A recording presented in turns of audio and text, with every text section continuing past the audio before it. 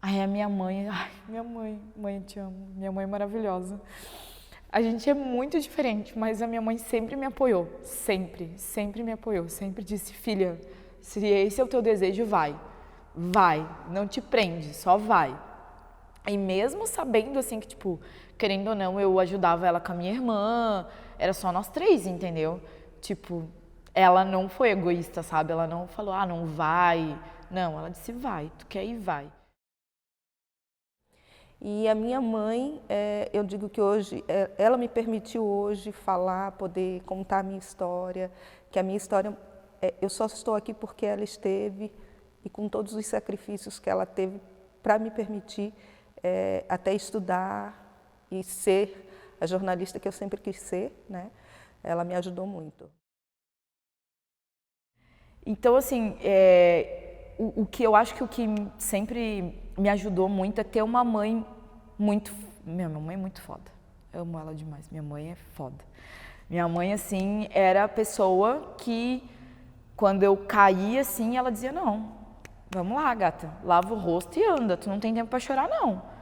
Tu quer ficar aqui? Tu quer ficar nesse ambiente aqui? Tu não quer? Então vai. Então vai estudar, vai fazer as coisas. Eu comecei a trabalhar muito cedo. Eu sou do tempo de que tinha que se ir na travesti mais velha da cidade, né, a pioneira da cidade, e você meio que pedia como se fosse uma espécie de uma bênção, né, uma bênção para você ter a sua trajetória de vida. E ela, muitas vezes, a mais antiga da cidade, que ela meio que escolhia teu nome. Então eu lembro que era algo muito engraçado até, porque na época da novela O Clone, que tinha a Jade, a personagem Jade, da Giovanna Antonelli.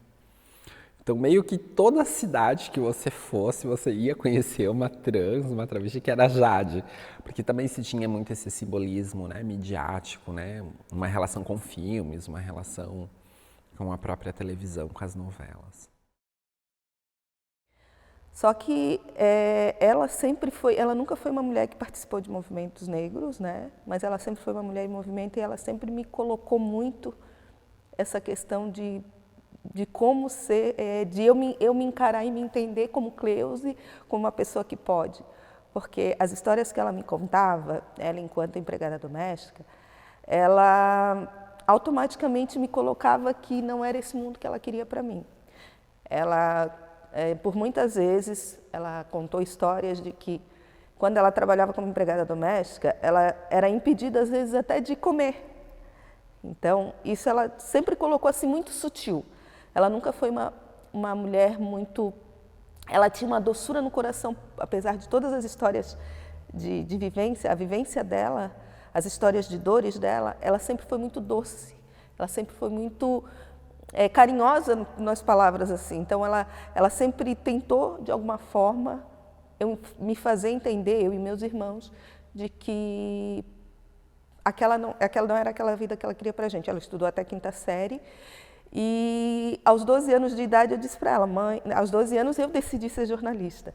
E aí aos 20 eu cheguei para ela e disse, já tinha feito alguns vestibulares e disse, mãe, eu quero ser jornalista. Ela assim, vai minha filha, a mãe te dá um jeito e te ajuda. E realmente ela me ajudou até o último dia da vida dela. Ela trabalhou como empregada doméstica até o último dia da vida dela. Então, eu digo que ela fez tudo certinho. Ela partiu no momento em que ela sentiu que eu estava preparada.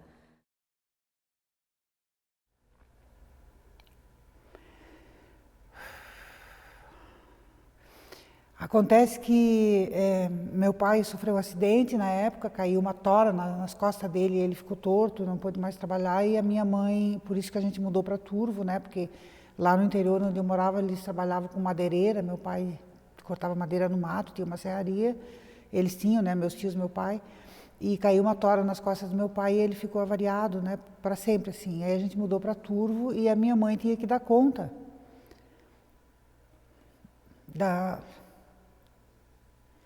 de nós, os 6, né? 5, porque ela tinha 5, depois teve mais um filho.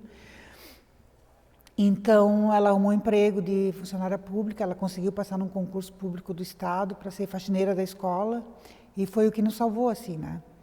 Então, eu ajudava a minha mãe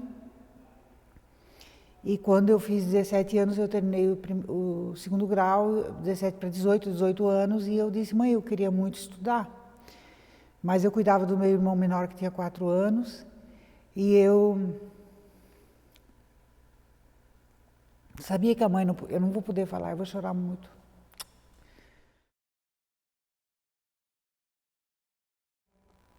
Amorosamente complexo e confuso, né? A minha mãe foi uma mulher que eu descubro que foi e é uma grande referência na minha vida.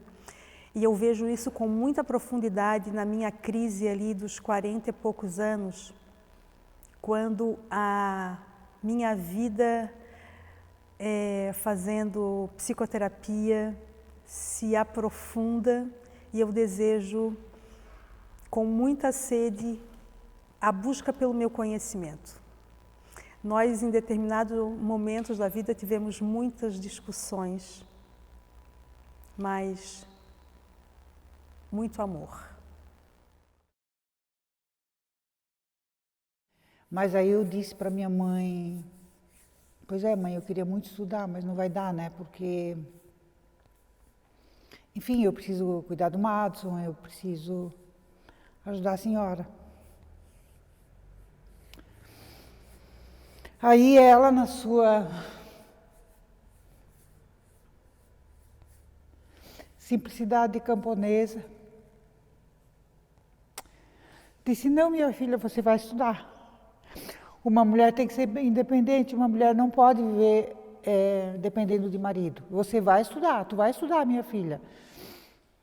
E aquilo foi para mim assim, o mundo se abrindo, né?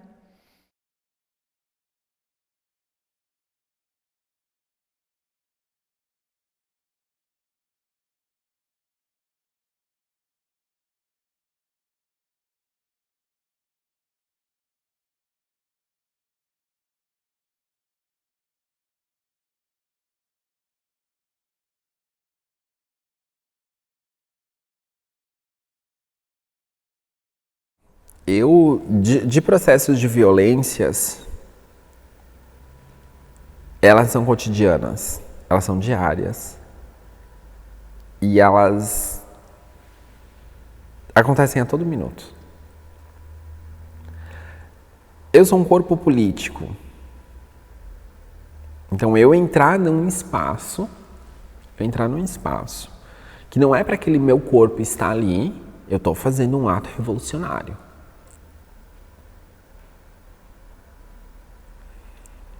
Então, as pessoas, elas te olham, elas se cutucam, elas acham que elas têm liberdade de perguntar qualquer coisa pra ti. Que você é passível de responder o que elas quiserem, de curiosidade a respeito do teu corpo. Ela é a violência sexual nas ruas, nos olhares, nos xingamentos. Ela é uma violência que exclui. A partir do momento que eu vou num restaurante e as pessoas subjugam que eu estou ali e que me questionam, que já foi o que aconteceu comigo, de ir num restaurante e o garçom do estabelecimento chegar na minha mesa e falar assim para mim, se você está aqui como cliente, você pode ficar, mas se você está aqui trabalhando, você vai ter que sair. Então, depois do pleito eleitoral de 2020, em 2021, março de 2021, eu fui convidada para ser coordenadora de políticas públicas para as mulheres aqui do município de Florianópolis. Uma responsabilidade grande, porque uma mulher negra ser a representante das mulheres de Florianópolis, um desafio bem grande. E hoje eu falo com uma dor, né? Mas eu me sinto segura para falar que muitas mulheres não me viam como representante delas, né? Porque, infelizmente, dentro desse movimento de mulheres, existe uma bolha que eu não quero nem dividir como feminismo branco, mas existe uma luta que é em relação à questão de gênero, que é muito válida.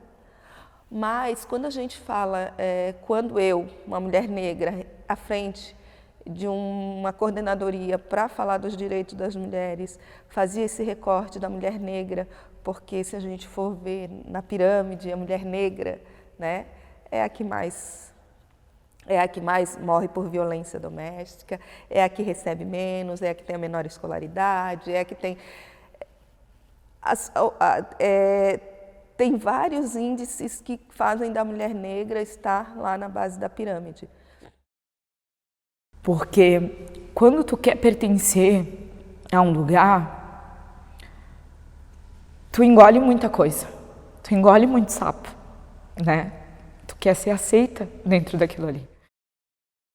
Em Manaus, mesmo nós sendo 90% da população podendo se declarar indígena, nós sofremos com todo o preconceito de que indígena não é capaz, não é algo bom, não é nem gente.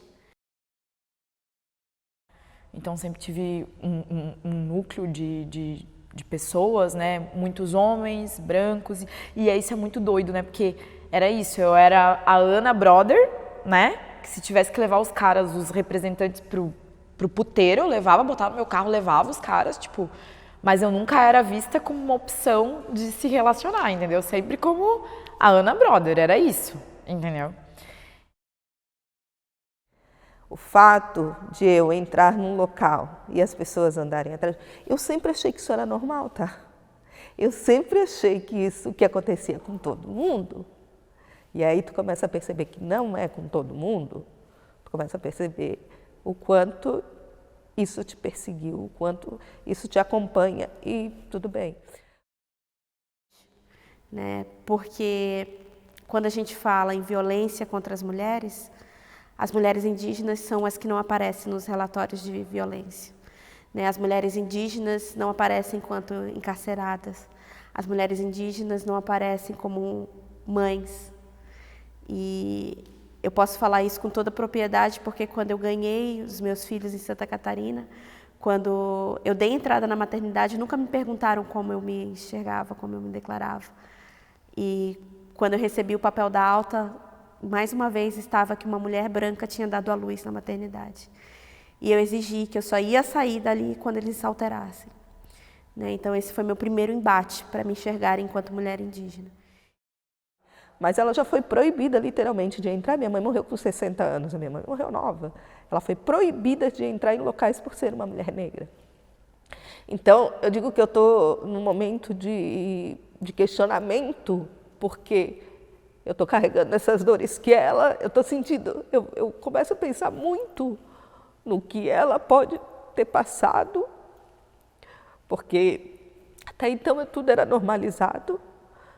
O quanto ela deve ter sofrido e calada, porque por uma pessoa que não tinha até a quinta série, até para ela, eu acho que ela nunca dialogou nessa questão de raça, ela nunca dialogou nesse sentido, mas ela ensinava com as experiências de vida dela.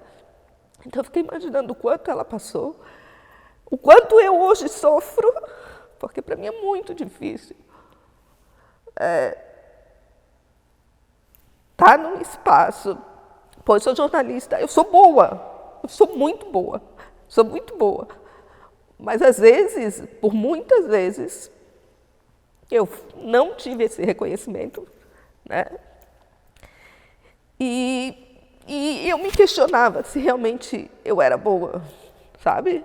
E se eu chegasse e dissesse que eu era boa, porque é arrogante. Então, assim, eu já me questionei muitas vezes sobre isso. E aí, aquela coisa de provar, que sempre trabalhei muito. E aí chegar num espaço, quando aparece a oportunidade, que isso já aconteceu, não foi uma, foram várias vezes. Trabalhando, recebendo menos, chegava uma pessoa, mulher, geralmente assim, nesses espaços de comunicação tem muita mulher, né? Então, era uma mulher loira, linda, que tinha sido Miss, que não sei o quê, e ocupava o espaço que eu poderia ter ocupado com salário. Mas é porque sempre vai ter uma desculpa. Então, de 10 homens que eu tentava ter algum contato de alguma forma, 9 vinham com questões relacionadas à vida sexual. Já correlacionando, né, que nem eu já mencionei antes, mas correlacionando, né, a mulher trans com uma vida sexual, com a prostituição, com uma pessoa libertinosa. Isso para mim foi um processo muito violento. Foi um processo de que, será que eu não posso mais ter amigos homens? Que todos vão me tratar dessa forma?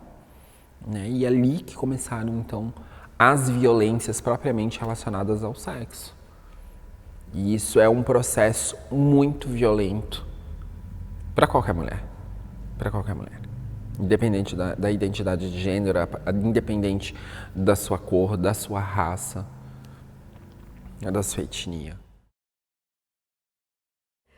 E aí eu comecei a minha vida sexual e amorosa com 16 anos, assim.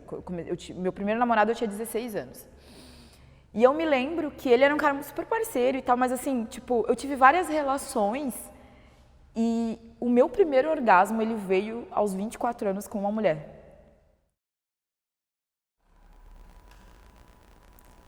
Eu observo isso, mas eu observo também que no colégio, nessa fase de segundo grau, ainda existia um modelo muito tradicional do machismo, nos informando, pelas mulheres principalmente, que ser uma mulher desse formato expansivo, desejosa pela fala e pelo posicionamento, poderia ser mal visto pela vizinhança. E eu, na minha infância, a gente não se falava sobre isso. Até encontrava poucas que encontrava-se durante o dia, né? Até porque a própria vivência da travesti, ela é uma vivência noturna. Isso ainda são resquícios da ditadura militar, porque a população de mulheres travestis e de mulheres trans, no período da ditadura militar, era um período que ele era somente noturno, porque se eram vistas durante o dia, né, eram presas e torturadas, que eram consideradas pessoas não dignas de viver em sociedade. Eu tinha acho que quase 4 anos por aí. Eu não estou bem certa assim da idade exata, redondinha. E foi com uma pessoa muito próxima, assim, sabe? Uma pessoa que teria que estar ali para zelar, para me cuidar, sabe? E eu acho que só não aconteceu mais coisas porque minha mãe chegou, sabe? Então, assim, a minha mãe chegou, me tirou, assim, das mãos dessa pessoa e resolveu tudo, assim, fez essa pessoa sair da nossa casa e tal. E por muito tempo, assim, eu tinha vergonha de falar. E eu e a minha... Olha que loucura. Agora, verbalizando isso pra você, eu e a minha mãe, a gente nunca conversou sobre isso.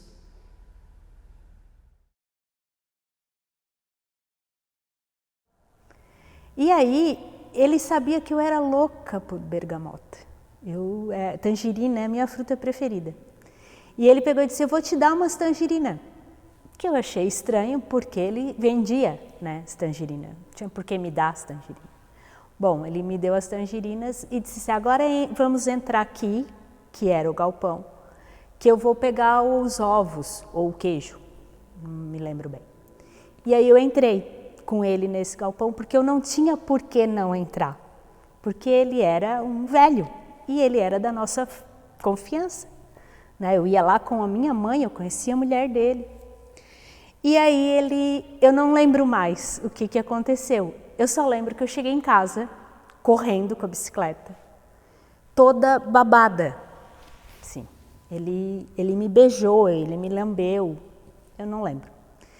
E sem nada, sem tangerina, sem ovos, sem nada. E dali para frente, eu fiquei com muito nojo do velho que passava todo dia, quase na frente da minha casa. E aí eu me recordo de quando eu tinha 7 anos, né? Um dos companheiros da minha mãe tinha cometido um crime, né? Um crime de estupro. Saiu em todas as mídias na época e tal. E nós estávamos dormindo dentro de casa, era no morro, lá no pico do morro, num dos bairros aqui da capital. E aí ele chegou em casa sujo, assim, lameado, e disse que tinha perdido a carteira, que precisava que nós fôssemos procurar a carteira com ele. Então a gente foi a pé, né, até a beira-mar. E eu tinha 7 anos, era um dia assim bem meio chuvoso. E quando a gente chegou lá, a gente entrou no mato. E daí quando a gente entrou no mato, eu vi assim calcinha, sangue, sabe?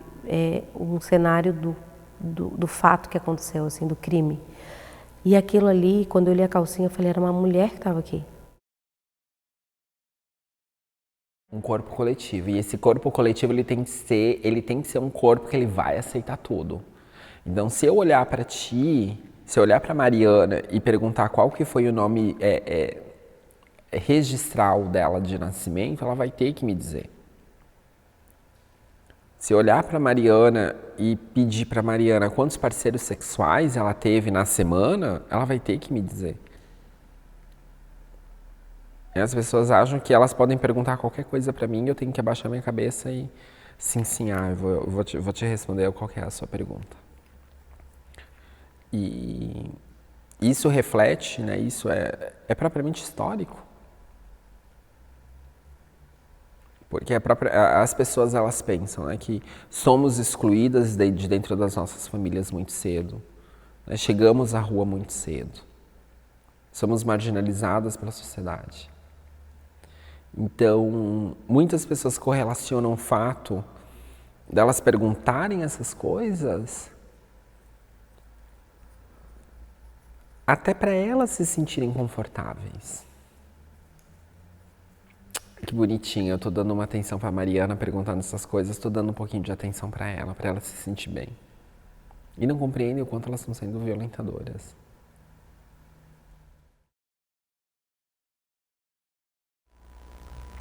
A minha mãe costurava com as mulheres do bairro.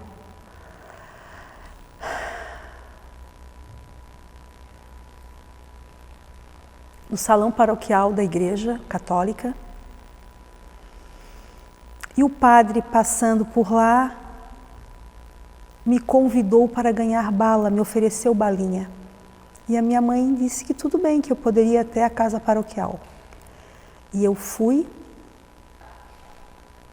Ele me mostrou bala, chiclete e me levou até embaixo de uma escada. E ele levantou o meu vestido e passou a mão no meu corpo.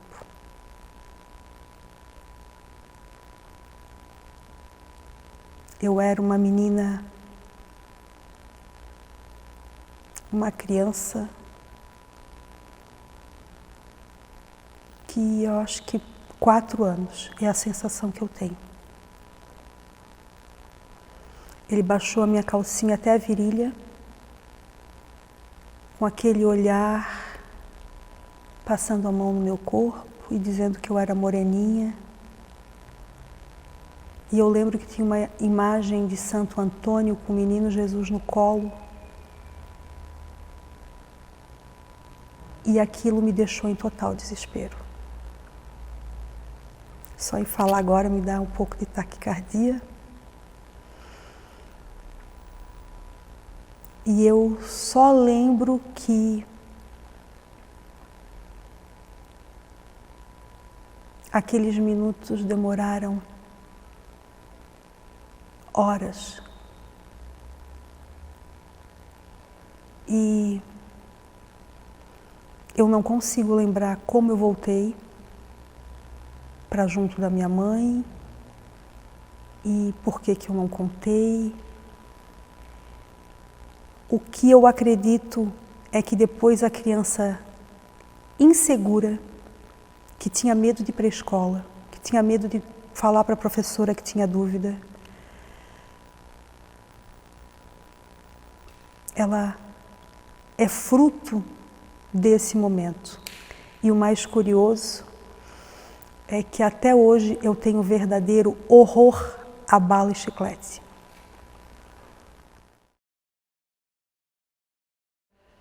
Que eu cuidava do meu irmão. Ele é 10 anos mais novo que eu. Então eu tinha por volta de uns 15 e ele tinha uns 5. E eu levava ele para a escola todos os dias. E numa dessas vezes ele falou para mim: "Nossa, Amanda, como você tem amigos, né? Você tem tantos amigos. E eu falei para ele, por quê? Por que você está falando isso?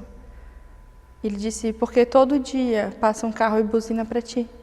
Tem muitos amigos. Companheiro na época dela com uma faca no pescoço dela, enfiando a faca, e eu não podia fazer nada, assim, eu era pequena, tinha uns 7 anos, eu só chorava, e fechava os olhos, assim, e começava a rezar, assim, porque eu via a minha impotência, não tinha força para tirar, a minha voz não saía, então eu comecei a ver que, sem saber que era uma relação hierárquica, o quão eu era impotente, e não só por ser uma menina, por ser uma criança, mas por ser uma mulher, né? E aí eu ficava pensando, olhando sempre para minha mãe e achando que ela ia morrer a qualquer dia, por ela ser mulher. E a princípio era tudo mil maravilhas, eu era apaixonada por ele por mim. E eu achava que era o amor da minha vida, aquela coisa de adolescente. A gente ficou junto por 2 anos e meio, até os meus 16. E a partir dos 15, por aí, ele começou a me cobrar de ter relações sexuais com ele. E na época eu não queria, eu me achava muito nova. E eu fui tentando adiar isso. Então eu falava, não, espera, quando eu tiver uns 16 anos, a gente faz, porque eu vou estar mais velha. E aí eu fiz 16 anos. E eu ainda não queria, mas ele fazia muita pressão, ele perguntava, nossa, mas você não me ama? Né? Porque se você me amasse, você ia querer fazer isso comigo. E eu lembro que eu ouvi de outras pessoas, o que ele não tem em casa, ele vai ter em outro lugar, né? Ele vai buscar em outro lugar. Então, eu era muito dependente emocional dele, a gente tinha muitas brigas, era muito ciumento, ele foi me afastando dos meus amigos, da minha família, no ponto que eu só tinha ele. E ele me cobrando essas relações sexuais, até que eu cedi. E foi horrível. Foi horrível, ele transava comigo enquanto eu chorava e não parava. E eu falei com ele depois e falei que não tinha sido bom pra mim. E ele me disse que era porque eu não era madura o suficiente. Que conforme eu ficasse mais madura ia melhorar. E eu acreditei. Então aconteceram algumas vezes, eu sempre chorando. E ele não parava.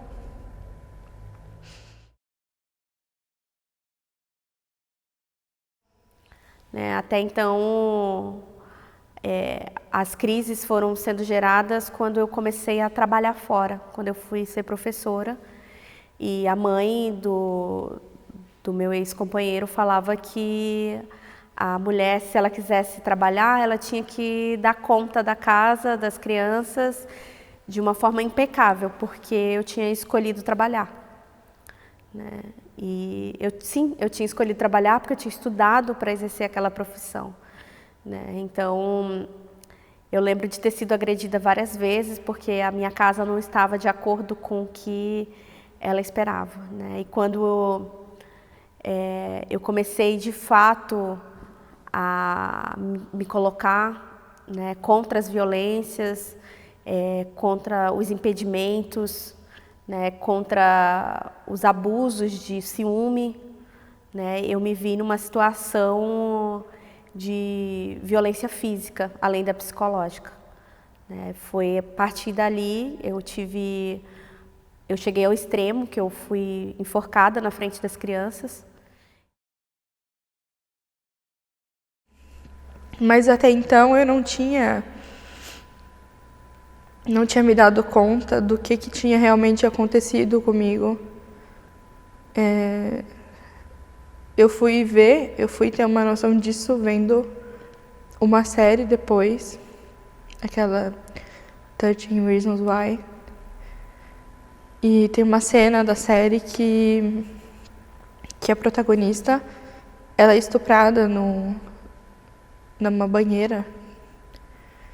E eu lembro que eu assisti aquilo e aquilo me tocou muito, porque eu sabia que ela estava sendo estuprada, mas em nenhum momento da cena ela falou que não.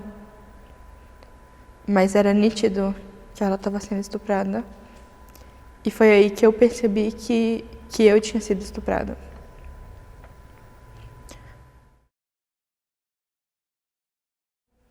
E assim, numa ocasião, não me lembro exatamente como, eu conheci um homem que ele... E aí descobri logo em seguida que ele era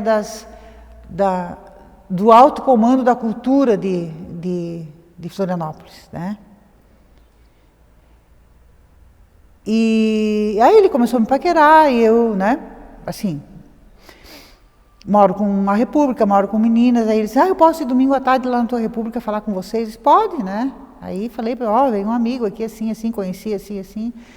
E, fulano da cultura, eu conheço, já vi ele no jornal, não sei o quê, né? Achamos assim que ia receber uma visita importante. Aí ele ficou meia hora assim, vamos ali na casa do meu amigo buscar uns livros que eu deixei lá, ele viajou e me deixou os livros. Inocência, né? A pura inocência, eu disse, vamos. Aí chegando lá, ele abriu a porta, ele tinha a chave, entrou, e eu disse, mas tu não mora aqui? Ele disse, não, aqui mora o meu amigo. Ele me deixou os livros, eu disse, cadê os livros? Aí ele disse, não, o livro era só mentirinha. Me jogou no sofá, assim, com uma força, né, foi tirando a minha blusa, e eu não queria gritar. E ele dizia, pode gritar à vontade que ninguém vai te escutar, não sei porquê, tinha casa por perto, né? E me estuprou assim, numa coisa que até hoje me dói, assim, né? Que eu não me lembro, assim. Aí, coisa rápida, porque para ele foi estuprar, gozar e me deixar, né? E eu fiquei ali, né? Puxei a calça para cima e voltamos para casa, perto de casa ele deu tchau e foi embora e nunca mais vi. Foi só isso. Durante muito tempo eu vi esse homem nas páginas culturais dos jornais, né, tal. Teve épocas que eu vomitava. Eu ia fazer o quê? O que uma menina podia fazer naquela época, né?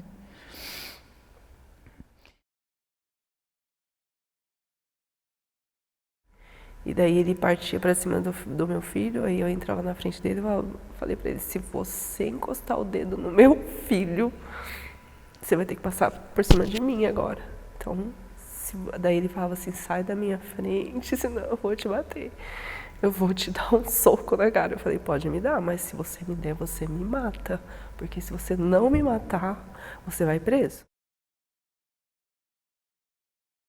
E aí um dia eu cheguei em casa e aí ele meio que, né, quis vir de novo para agressão e aí eu peguei todas as coisas dele, joguei da janela, da onde que a gente morava, tava a garagem, tinha o carro, joguei tudo em cima do carro dele. E aí eu parti para agressão, assim, eu falei, cara, sai daqui de dentro, porque ou era eu ou era ele, assim. Até ali eu achei, tá, show, me livrei e saí por cima. Mas eu mal sabia o que ia vir, entendeu? Porque daí ele começou a me perseguir. Ele começou a me seguir. Eu fiquei, tipo assim, nessa relação, eu acho que ficou 1 ano e meio. Eu não conseguia me relacionar com outras pessoas. Eu ia para os lugares, ele brigava com os caras que chegavam perto de mim. Teve uma vez que ele bebeu, ele me pegou pelos cabelos, pelo braço e me jogou assim para dentro do carro. E aí eu tentei abrir a outra porta, assim, pra sair, isso dentro do estacionamento da balada, assim, sabe? E naquele dia, assim, eu acho que não aconteceu coisa pior, porque os seguranças viram o meu desespero tentando sair daquele carro. Ele tinha baixado o pneu, eu não conseguia sair do carro. E aí, nisso, ele deu a volta para entrar dentro do carro e os seguranças vieram. E aí, o que está acontecendo aqui? Eu comecei a gritar e os caras, tipo, bateram nele, assim, mas deformaram a cara dele, sabe? E eu consegui sair dali e ir para casa. Eu já tinha ido outras vezes e eu não tinha conseguido, porque aí o policial que estava lá atendendo, ele sempre perguntava: mas a senhora tem certeza que a senhora vai registrar uma denúncia contra o teu marido? Ele é o pai dos seus filhos? É o pai dos meus filhos. A senhora tem certeza que quer prejudicar o teu marido, né, abrindo um BO contra ele? Eu falei assim: não, mas eu só quero deixar registrado, eu não quero que faça nada contra ele nesse momento, mas eu preciso me sentir protegida de alguma forma. E foi das outras vezes eu achei muito ruim de ter tentado fazer um boletim de ocorrência e não ter conseguido. Como algo que acontece na sociedade, como se fosse, de certa forma, o papel da mulher é isso, sabe? De alguma maneira, eu entendia que esse era o normal, que o homem sim podia passar a mão quando ele quisesse, que o homem sim podia fazer essas coisas. E estava tudo bem porque era o homem, porque era o instinto, porque sei lá o quê. Né? Eu acabei só depois do estupro pensando, não, mas o que aconteceu agora, o estupro, não foi certo. E o que aconteceu durante toda a minha adolescência, né, também não é certo. Isso, ele falava isso. Ele falava assim: mas por que você me enfrentou também quando estava sóbrio? Quando voltava a ser a mesma pessoa de antes? Daí ele falava: por que você fez isso? Se você tivesse ficado quieta ou se você não tivesse me enfrentado, talvez eu não teria feito o que eu fiz, sabe? Então, aí ele me segurava, ele fazia umas coisas assim, bater, ele só jogava, ele ameaçava, óbvio, né?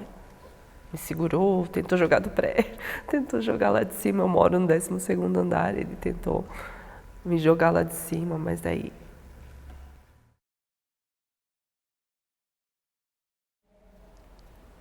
Pelo fato de sermos mulheres, né, a gente está sempre sujeita a violências. Violências de gênero, violência de homens contra mulheres. Violência política, de gênero, né, todas as violências que as mulheres sofrem, patrimoniais, sexuais, morais, de gênero, de corpo, de classe, de raça, de geração, né, que é o etarismo, enfim. E eu, como menina, moça, mulher que vim do interior, nasci no meio do mato, cresci, né, numa cidadezinha do interior, com 19 anos mudei para a cidade grande. Eu vivi muitas coisas, muitas que eu observei e muitas que eu mesma vivi, que durante muito tempo eu apaguei ou eu não sabia o que era aquilo e preferia apagar, né? Que um estupro é quando não tem consentimento. Mas eu só descobri a palavra consentimento, Julia, faz 10 anos. Eu não, durante 30 anos da minha vida, eu não conseguia entender a força e a potência do que é consentir um ato. Um ato sexual, mas também outras coisas. Quantas coisas na vida da gente enquanto mulher a gente faz sem consentir? Com essa palavra plena, né? De forma autônoma mesmo, né? Que a gente vai descobrir essa palavra muito tempo depois. Claro, durante todas esse período, né? Desde lá que eu não posso subir na árvore, mas meus primos podem, até ontem, quando uma menina me mandou um e-mail dizendo que o padrasto estuprou ela.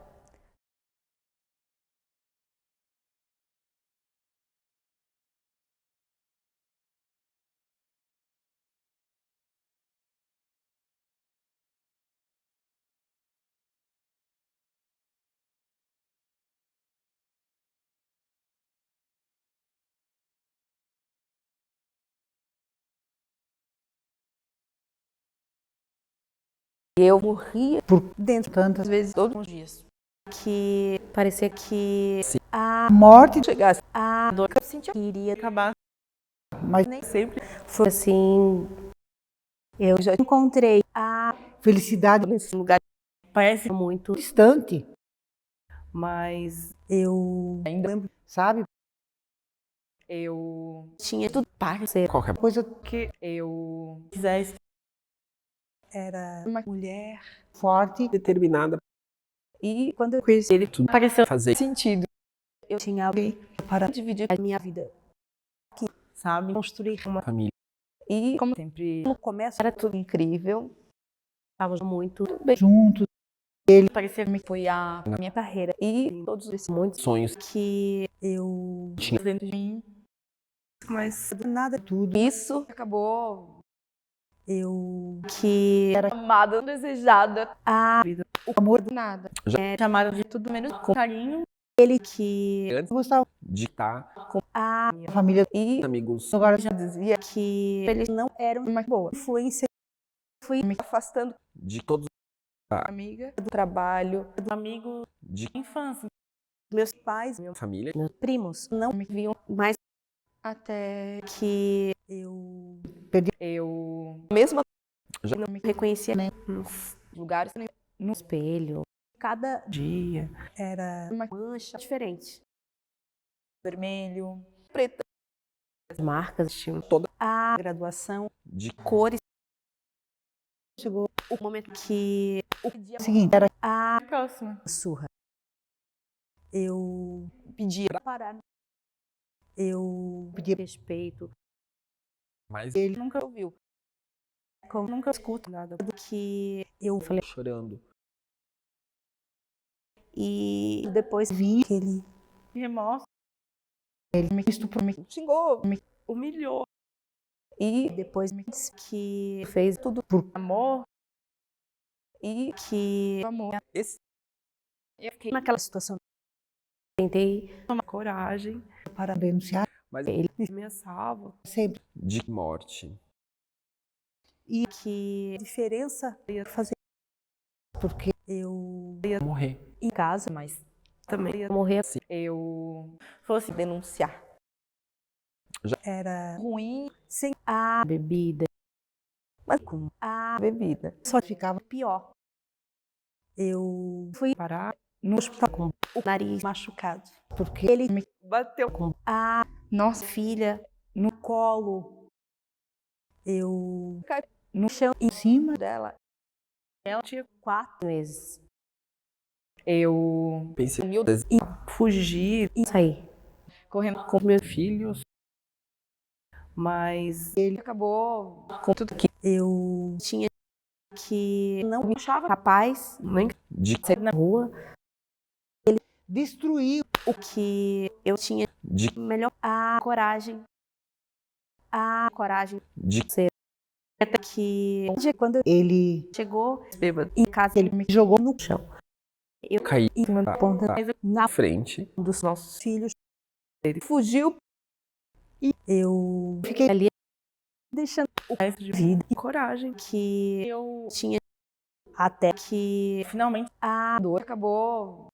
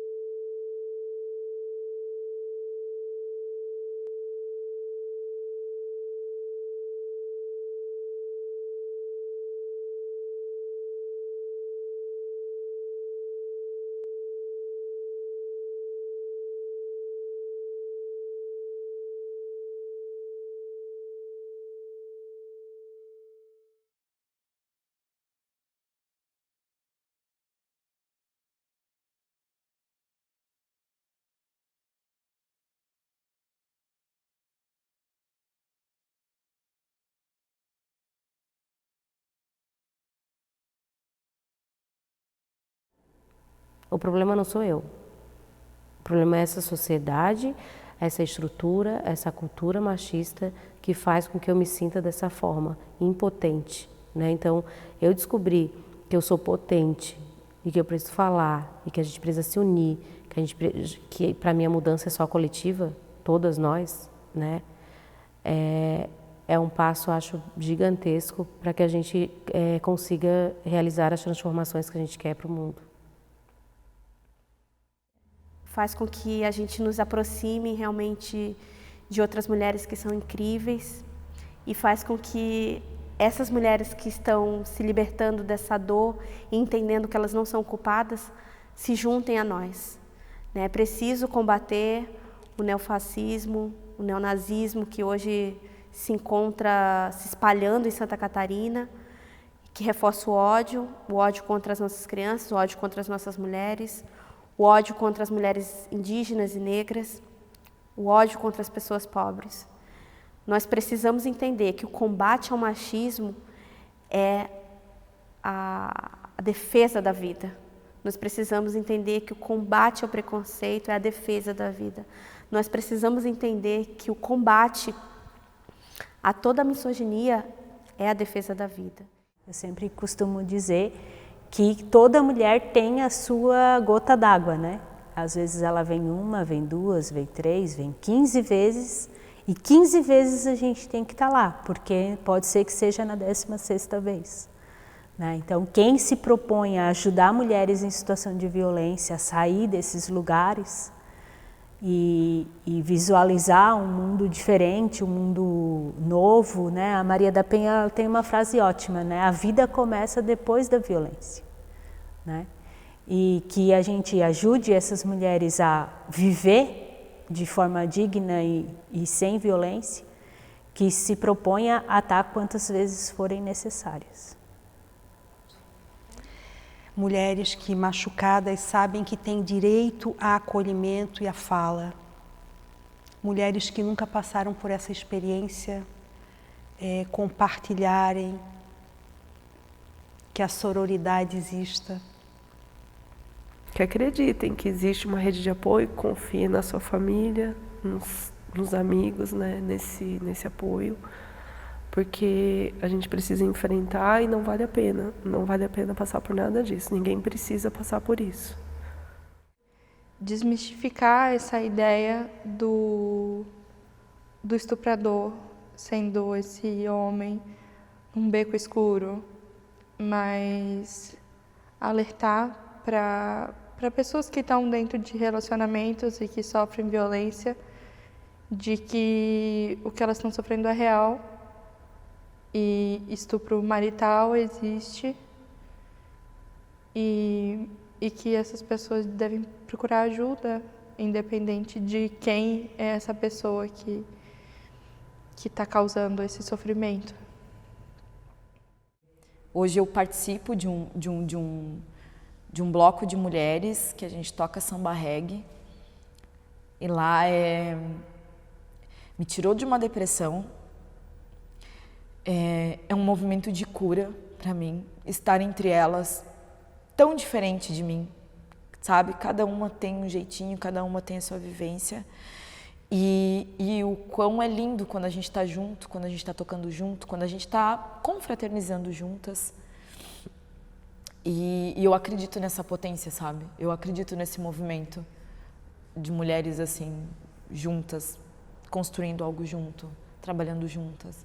E hoje a minha filosofia de vida é isso, assim, tudo que eu posso fazer para impactar a vida de uma mulher positivamente eu faço.